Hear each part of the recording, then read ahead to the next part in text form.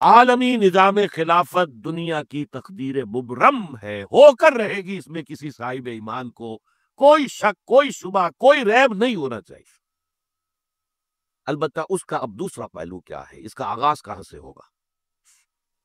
پہلی بات تو یہ، ہمارے بعض لوگوں کے ذہنوں میں، سادہ دل لوگ، وہ سمجھتے ہیں کہ پوری دنیا میں ایک ہی دفعہ آ جانی چاہیے، یہ کوئی علاقائی خلافت تو نہیں ہو سکتی، خلافت تو عالمی ہوتی ہے۔ ان سے میں کہتا ہوں، عالمی خلافت کب تھی جناب؟ یہ تو نہ خلافت راشدہ میں عالمی تھی، کیا ہندوستان شامل تھا اس میں؟ کیا چین شامل تھا؟ کیا یورپ شامل تھا؟ اور پھر جو خلافت کے نام سے جو ملوکیت چلی ہے، وہ بھی صرف دور بنو امیہ میں کہہ سکتے ہیں کہ وہ پورا عالم اسلام کم سے کم اس کے تحت تھا۔ بعد میں خلافت عباس، بنو عباس میں، اور فاطمیین کی خلافت میں، اور آل عثمان جو ہے آٹومان ٹرکس کی خلافت میں ٹکڑے تھے، اس سے بکھرے تھے، کوئی مانتا تھا، کوئی نہیں مانتا۔ اور سب سے بڑی بات یہ، اگر ایک دم پوری دنیا پر خلافت قائم ہو سکتی تو حضور کے دستے مبارک سے ہوتی، لیکن نہیں ہوئی۔ نتیجہ کیا نکلا؟ ایک ملک میں حضور نے قائم کر دی، جزیرہ نما عرب، یہاں خلافت، اب خلافت قائم ہو گئی، حضور خلیفہ ہے۔ اس کے بعد آپ کے خلفائے راشدین نے پھر اس کو وسعت دی، شرقن غربن شمالن، 3 کالمز نکلے ہیں فوجوں کے، صحابہ کرام کے 3 کالمز، ایک ایسٹ ورڈ، ایک ویسٹ ورڈ، ایک نارتھ ورڈ۔ ایک عراق کو فتح کرتے ہوئے ایران میں پہنچ گیا، خراسان تک چلا گیا۔ ایک شام کو فتح کرتے ہوئے اور پھر سینائی پیننسولا سے ہو کر افریقہ میں داخل ہوا اور اٹلانٹک تک پہنچ گیا۔ تیسرا سیدھا شمال میں گیا، لیکن یہ زیادہ دور نہیں جا سکتا تھا، کوکیشین ماؤنٹینز آ گئے، کوہ قاف۔ اس زمانے میں تو یہ یوں سمجھیے کہ امپیسیبل تھا نا، کوہ قاف، لہذا وہاں رک گیا بابا۔ اب بھی یہ ہوگا، کسی ایک جگہ سے شروع ہوگا پھر پھیلے گا، اس کے سوا کوئی چارہ کار ہے ہی۔ اگر ہر جگہ پوری دنیا میں ایک ہی وقت میں ہو سکتا تو حضور کے دست مبارک سے ہوتا صلی اللہ علیہ وسلم۔ اب وہ نقطہ کون سا ہوگا، نقطہ آغاز کون سا ہوگا؟ اس میں پہلی بات تو میں نے کہا، جو شک کرے گا اس کا پھر ایمان مشکوک ہے۔ ہوگا، لازماً ہوگا، گلوبل ہوگا، پوری دنیا میں ہوگا۔ کہاں سے شروع ہوگا اس میں آپ اختلاف کر سکتے ہیں، لیکن مجھے تو 2 حدیثیں تو ملی ہے جن سے یہ اندازہ ہوتا ہے کہ یہ اس مشرقی خطے سے ہوگا، عرب کے مشرق کی جانب کسی ملک سے ہوگا، کسی خطے سے ہوگا۔ وہ حدیثیں بھی اب آپ پڑھ لیجیے پہلے، پھر میں کہہ رہا ہوں یہ خزانہ ہے جو ہم نے آپ کی خدمت میں پیش کیا ہے، کاش کہ آپ اس کی قدر کر سکیں، یہ حدیثیں آپ کو ازبر ہو جائے، یاد ہو جائے، لوح قلب پر نقش ہو جائے۔ ہندوستان اور خراسان یعنی موجودہ افغانستان کا ذکر ابن ماجہ کی روایت ہے، عن عبداللہ ابن الحارث رضی اللہ تعالی عنہ قال رسول اللہ صلی اللہ علیہ وسلم یخرج ناس من المشرق یغتئون للمہدی یعنی سلطانہ، یعنی سلطانہ، دونوں طرح سے پڑھ سکتے ہیں۔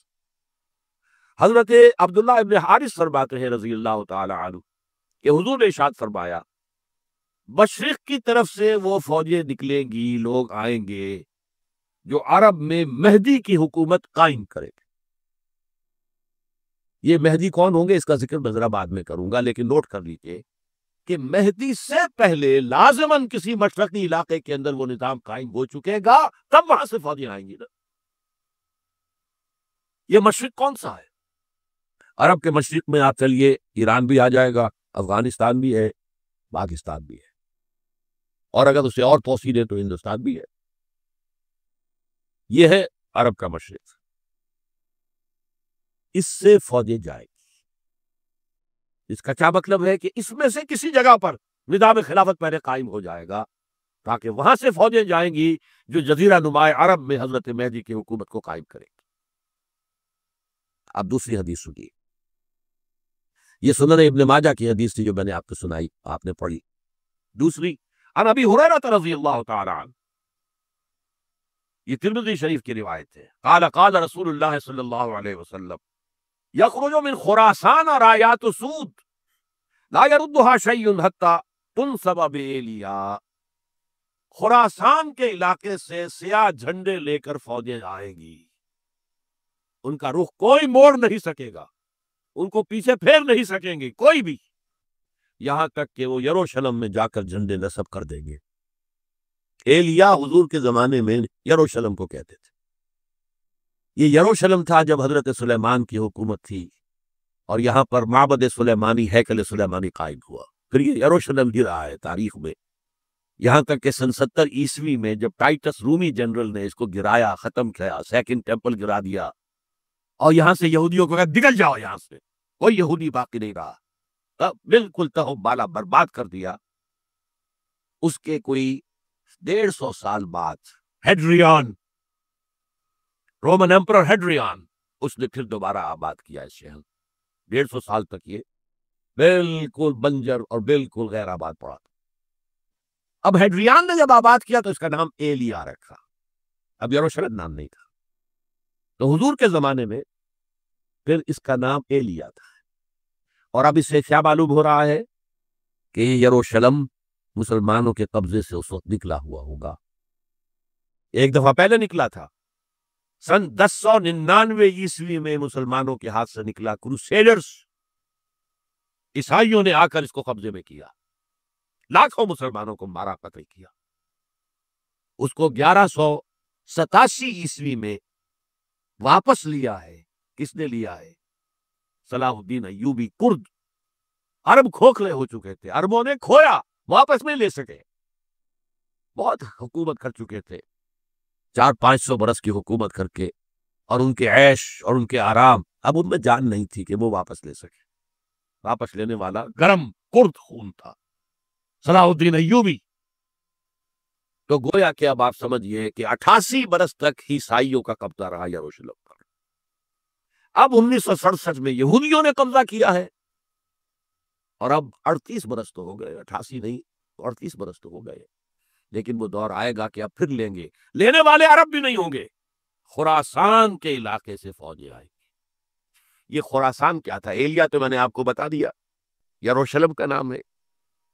خراسان اس زمانے میں ایک بہت بڑے ملک کو کہتے تھے، کچھ حصہ پاکستان کا بھی اس میں شامل ہے، کچھ حصہ ایران کا بھی ہے۔ ایران کے اس حصے کو اب بھی خراسان کہتے ہیں، وہ ایک صوبہ ہے۔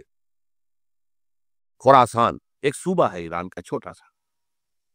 پاکستان میں خاص طور پر یہ جو علاقہ مالاکنڈ ایجنسی کہلاتی ہے، اس سے اوپر جتنا علاقہ ہے، اور یہ جو واخان کی ایک پٹی آتی ہے اوپر، واخان افغانستان کی ایک پٹی سی دم سی چلی آتی ہے، جو جا کر چائنا کی سرحد سے مل جاتی ہے، یہاں سے لے کے یہاں تک یہ جو مالاکنڈ کا وہ درہ ہے اور پہاڑ ہے، یہ بھی خراسان کا حصہ ہے۔